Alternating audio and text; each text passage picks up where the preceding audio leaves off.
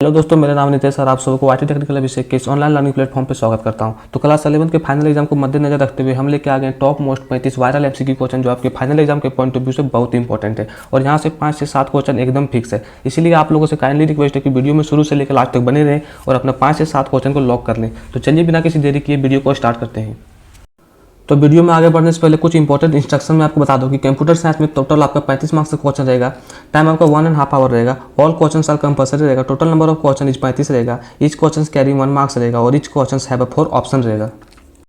तो चलिए सबसे पहले क्वेश्चन नंबर 1 देखते हैं। कहता है कि the brain of the computer is the, इसका पहला ऑप्शन कहता है कंट्रोल यूनिट, दूसरा कहता है ALU, तीसरा कहता है CPU, चौथा कहता है ऑल ऑफ दीज। तो इसका जो करेक्ट ऑप्शन हो जाएगा वो हो जाएगा CPU, सेंट्रल प्रोसेस यूनिट। जो कंप्यूटर का ब्रेन है वो CPU को कहा जाता है। फिर क्वेश्चन नंबर 2 कहता है कि the first commercial computer deliver to a business client is, कि बिजनेस क्लाइंट के द्वारा जो पहला कॉमर्शियल पर्पस के लिए कंप्यूटर को जो डिलीवर किया गया था वो कौन सा है। तो इसका पहला ऑप्शन कहता है यूनिवैक, दूसरा कहता है ENIAC, तीसरा कहता है EDSAC, चौथा कहता है नॉन ऑफ दीज। तो इसका जो करेक्ट ऑप्शन हो जाएगा वो हो जाएगा UNIVAC, option number a. Question number 3 कहता है magnetic tapes, floppy disk, optical disk, flash memory and hard disk are example of. इसका पहला ऑप्शन कहता है प्राइमरी मेमोरी, दूसरा कहता है एक्सिलरी मेमोरी, तीसरा कहता है कैच मेमोरी और चौथा कहता है फ्लैश मेमोरी। तो यहाँ पे जो क्वेश्चन में दिया हुआ है magnetic tapes, floppy disk, optical disk, flash memory and hard disk, ये सब जो एग्जांपल है वो सेकेंडरी मेमोरी का होता है। हम लोग पढ़े कि मेमोरी 2 टाइप्स का होता है, एक होता है प्राइमरी मेमोरी, दूसरा होता है सेकेंडरी मेमोरी। लेकिन यहाँ ऑप्शन में सेकेंडरी मेमोरी नहीं दिया है। तो एक बात को आप ध्यान में रखिए कि सेकेंडरी मेमोरी को हम लोग ऑक्सिलरी मेमोरी भी कहते हैं। तो इसका जो करेक्ट ऑप्शन हो जाएगा वो हो जाएगा option number b, auxiliary memory. फिर क्वेश्चन नंबर 4 कहता है कि a computer language is are. पहला ऑप्शन कहता है मशीन लैंग्वेज, दूसरा कहता है असेंबली लैंग्वेज, तीसरा कहता है हाई लेवल लैंग्वेज, चौथा कहता है ऑल ऑफ दीज। तो इसका जो करेक्ट ऑप्शन हो जाएगा वो हो जाएगा ऑल ऑफ दीज। अगर यहाँ पे कहता कि कंप्यूटर लैंग्वेज यानी computer understand only which language, तो यहाँ ऑप्शन होता है ये मशीन लैंग्वेज, कि कंप्यूटर कौन सा लैंग्वेज को अंडरस्टैंड करता है, समझता है। लेकिन यहाँ कह रहा है कि कंप्यूटर लैंग्वेज इज, कि कंप्यूटर का लैंग्वेज क्या है। तो कंप्यूटर का लैंग्वेज मशीन लैंग्वेज भी होता है, असेंबली लैंग्वेज भी होता है, हाई लेवल लैंग्वेज भी होता है। इसीलिए इसका जो करेक्ट ऑप्शन हो जाएगा वो हो जाएगा option number D, all of these. फिर क्वेश्चन नंबर 5 कहता है the symbol that is represent using rectangle in a flow chart, कि फ्लो चार्ट में जो रेक्टेंगल होता है उसका क्या वर्क होता है, फंक्शन होता है। तो पहला ऑप्शन कहता है टर्मिनल, दूसरा कहता है डिसीजन, तीसरा कहता है एक्टिविटी प्रोसेस और चौथा कहता है इनपुट आउटपुट। तो इसका जो करेक्ट ऑप्शन हो जाएगा वो हो जाएगा option number c, activity process. अगला क्वेश्चन नंबर 6 कहता है इन C++ एवरी स्टेटमेंट इन विथ, C++ में जो एवरी स्टेटमेंट है वो खत्म होता है। तो इसका ऑप्शन फर्स्ट ऑप्शन कहता है कोलन, दूसरा कहता है कोमा, तीसरा कहता है सेमी कोलन और चौथा कहता है डॉट। इसका जो करेक्ट ऑप्शन हो जाएगा वो ऑप्शन नंबर सी हो जाएगा, सेमी कोलन। तो क्वेश्चन नंबर 7 कहता है a set of logical operator is. तो इसका जो ऑप्शन नंबर ये है इसको हम लोग अर्थमेटिकल ऑपरेटर कहते हैं। ऑप्शन नंबर जो बी है उसको हम लोग रिलेशनल ऑपरेटर कहते हैं। ऑप्शन नंबर सी है इसको हम लोग लॉजिकल ऑपरेटर कहते हैं और जो ऑप्शन नंबर डी है इसको हम लोग कंडीशनल ऑपरेटर कहते हैं। तो यहाँ क्वेश्चन कह रहा है कि लॉजिकल ऑपरेटर कौन है। तो इसका जो करेक्ट ऑप्शन हो जाएगा इसका होगा option number C. Question number 8 कहता है in C++ programming strcmp function is used for. इसका ऑप्शन ये कहता है converting string to char, option B कहता है copying two string, option number C कहता है कंपेयरिंग टू स्ट्रिंग और ऑप्शन नंबर डी कहता है नन ऑफ दीज। तो इसका जो करेक्ट ऑप्शन हो जाएगा option number C, comparing two string. इसको इस तरह भी याद रख सकते हैं कि str मतलब स्ट्रिंग और cmp मतलब कंपेयरिंग। तो इसका करेक्ट ऑप्शन हो जाएगा कंपेयरिंग टू स्ट्रिंग।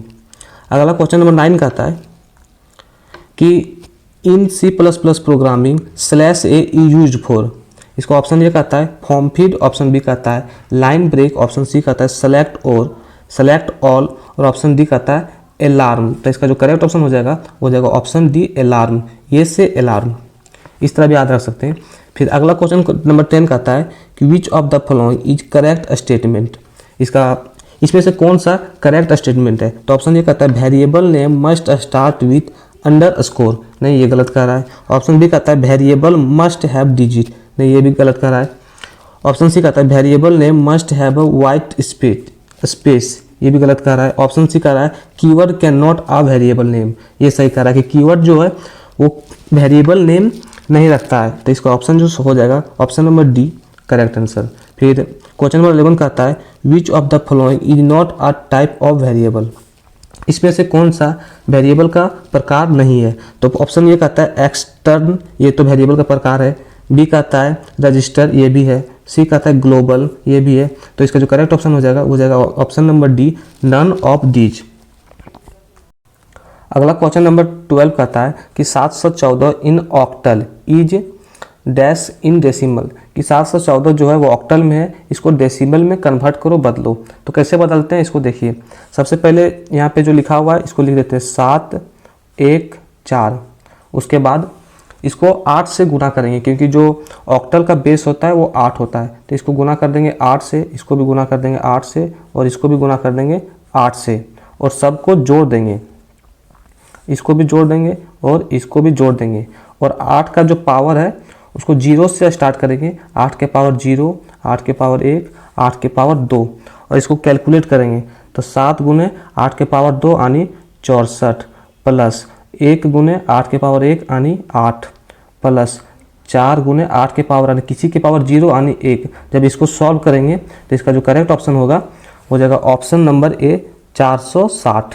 अगला क्वेश्चन नंबर 13 कहता है कि 1A5E is hexadecimal is in decimal, कि इसको हेक्साडेसिमल से डेसिमल में क्या होगा। तो इसका जो करेक्ट ऑप्शन हो जाएगा ऑप्शन नंबर ए 6750। अगला क्वेश्चन नंबर 14 कहता है कि the code that is a set to use on punched card is, जिस प्रकार से एटीएम में हम लोग कार्ड डालते हैं उसी प्रकार से पहले जो कंप्यूटर सिस्टम होता था वो कार्ड से चलता था, तो जो कार्ड का जो कोड है वो डिफरेंट टाइप का कोड होता था। उसी का कह रहा है कि कौन सा कोड जो है वो एसर के लिए यूज किया जाता था पंच्ड कार्ड में। तो इसका जो करेक्ट ऑप्शन हो जाएगा वो ऑप्शन नंबर सी हो जाएगा एक्सेस 3। अगला क्वेश्चन नंबर 15 कहता है a nibble is a group of कितना बाइट, कि एक निबल जो है वो कितना बाइट के बराबर होता है। तो इसका जो करेक्ट ऑप्शन हो जाएगा ऑप्शन नंबर बी 4।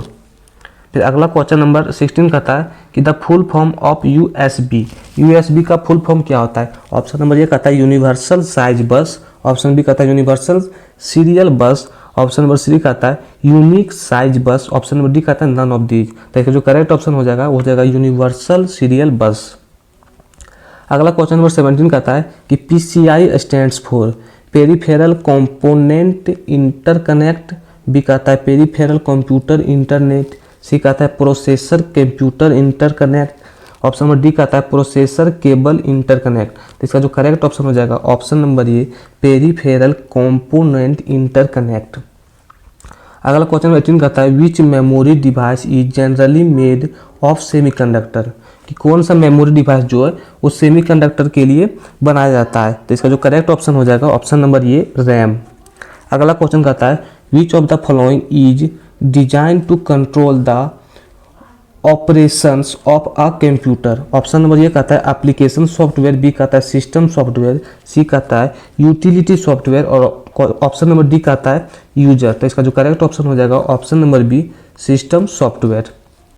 अगला क्वेश्चन नंबर 20 कहता है assembler is used as a translate for, इसको ऑप्शन ए कहता है low level language, option B कहता है high level language, option C कहता है COBOL, ऑप्शन डी कहता है सी।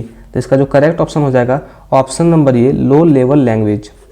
क्वेश्चन नंबर 21 कहता है object oriented programming employees dash programming approach, कि जो OOP है ऑब्जेक्ट ओरिएंटेड प्रोग्रामिंग, इसका रीडिंग अप्रोच क्या है। तो ऑप्शन ए कहता है टॉप डाउन, ऑप्शन बी कहता है बॉटम अप, ऑप्शन सी कहता है प्रोसीड्यूरल, ऑप्शन डी कहता है ऑल ऑफ दीज। तो इसका जो करेक्ट ऑप्शन हो जाएगा option number B bottom up. जो OOP होता है, OOP का जो रीडिंग अप्रोच होता है वो नीचे से लेकर ऊपर की ओर होता है, यानी बॉटम से टॉप की ओर। अगला क्वेश्चन नंबर 22 कहता है in CPP cin and cout are the predefined stream, इसको ऑप्शन ए कहता है ऑपरेटर, ऑप्शन बी कहता है फंक्शन, ऑप्शन नंबर सी कहता है डेटा टाइप और ऑप्शन डी कहता है ऑब्जेक्ट। इसका जो करेक्ट ऑप्शन हो जाएगा ऑप्शन नंबर डी ऑब्जेक्ट। अगला क्वेश्चन कहता है क्वेश्चन नंबर 23 कि classes in CPP are, option A कहता है derived data types, option B कहता है user defined data types, option C कहता है बुल्ड इन डेटा टाइप्स, और ऑप्शन डी कहता है ऑल ऑफ दीज। तो इसका जो करेक्ट ऑप्शन हो जाएगा option number B, user defined data types. अगला क्वेश्चन कहता है question number 24, in CPP member of class are dash by default. कि C++ में जो मेंबर है वो बाय डिफ़ॉल्ट कौन सा सेक्टर में होता है। तो इसका पहला ऑप्शन कहता है पब्लिक, दूसरा कहता है प्राइवेट, तीसरा कहता है प्रोटेक्टेड, और चौथा कहता है स्टैटिक्स। तो इसका जो करेक्ट ऑप्शन हो जाएगा ऑप्शन नंबर बी, प्राइवेट।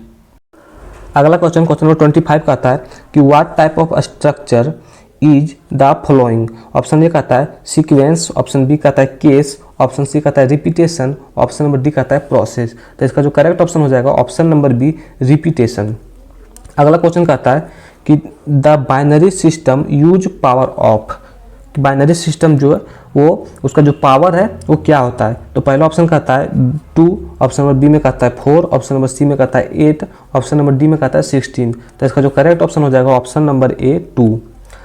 अगला क्वेश्चन नंबर 17 कहता है कि which part interprets program instruction and initiate control operations. इसका पहला ऑप्शन कहता है इनपुट, बी में कहता है स्टोरेज यूनिट, सी कहता है लॉजिक यूनिट, और डी कहता है कंट्रोल यूनिट। तो इसका जो करेक्ट ऑप्शन हो जाएगा option number D, control unit.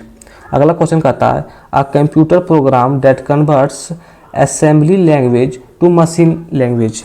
इसका पहला ऑप्शन कहता है कंपाइलर, दूसरा कहता है असेंबलर, तीसरा कहता है इंटरप्रेटर, और चौथा कहता है कंपिटेटर। तो इसका जो करेक्ट ऑप्शन हो जाएगा ऑप्शन नंबर बी, असेंबलर। अगला क्वेश्चन कहता है क्वेश्चन नंबर 29 कि the section of CPU that select interprets and सीट्स to the execute of program instruction is. इसका पहला ऑप्शन कहता है ऑप्शन नंबर ए में मेमोरी, ऑप्शन बी में कहता है रजिस्टर यूनिट, ऑप्शन सी में कहता है कंट्रोल यूनिट, और ऑप्शन सी में कहता है ALU। तो इसका जो करेक्ट ऑप्शन हो जाएगा option number C, control unit. अगला क्वेश्चन नंबर 30 कहता है example of open source operating system is. इसका ऑप्शन ए कहता है यूनिक्स, ऑप्शन बी कहता है लिनक्स, ऑप्शन सी कहता है विंडो, ऑप्शन डी कहता है बोथ ए एंड बी। तो इसका जो करेक्ट ऑप्शन हो जाएगा option number D, both A and B. अगला क्वेश्चन नंबर 13 कहता है main memory of computer system is known as. जो कंप्यूटर सिस्टम का मेन मेमोरी है उसको हम लोग जानते हैं। इसका पहला ऑप्शन कहता है नॉन वोलाटाइल, बी कहता है वोलाटाइल, सी कहता है रिजर्व, और डी कहता है रिस्टिकेटेड। तो इसका जो करेक्ट ऑप्शन हो जाएगा ऑप्शन नंबर बी, वोलाटाइल। अगला कहता है controller of computer system transfer data from device to. ये कहता है बफर, बी कहता है कैच, सी कहता है रजिस्टर, सी कहता है इंडेक्स्ड। तो इसका जो करेक्ट ऑप्शन हो जाएगा option number A, buffer. Question number 33 कहता है to start an input output operation device driver loads appropriates register into. ये कहता है मेमोरी, बी कहता है सेकेंडरी स्टोरेज, सी कहता है डिवाइस कंट्रोलर, डी कहता है एरेज। तो इसका जो करेक्ट ऑप्शन हो जाएगा option number C, device controller. अगला क्वेश्चन कहता है question number 34 in computer subtraction is generally carried out by. Option A कहता है 9s कम्प्लीमेंट्स, बी कहता है 10s कम्प्लीमेंट्स, सी कहता है 1s कम्प्लीमेंट्स, और डी कहता है 2 कम्प्लीमेंट्स। तो इसका जो करेक्ट ऑप्शन हो जाएगा ऑप्शन नंबर डी, 2 कम्प्लीमेंट। अगला क्वेश्चन नंबर 35 कहता है floating points representation is use to store boolean value, B कहता है होल नंबर, सी कहता है रियल नंबर, और डी कहता है इंटीजर। तो जो फ्लोटिंग पॉइंट यानी फ्लोटिंग कांस्टेंट होता है उसको हम लोग रियल कांस्टेंट के भी नाम से जानते हैं। तो इसका जो करेक्ट ऑप्शन हो जाएगा option number C, real number.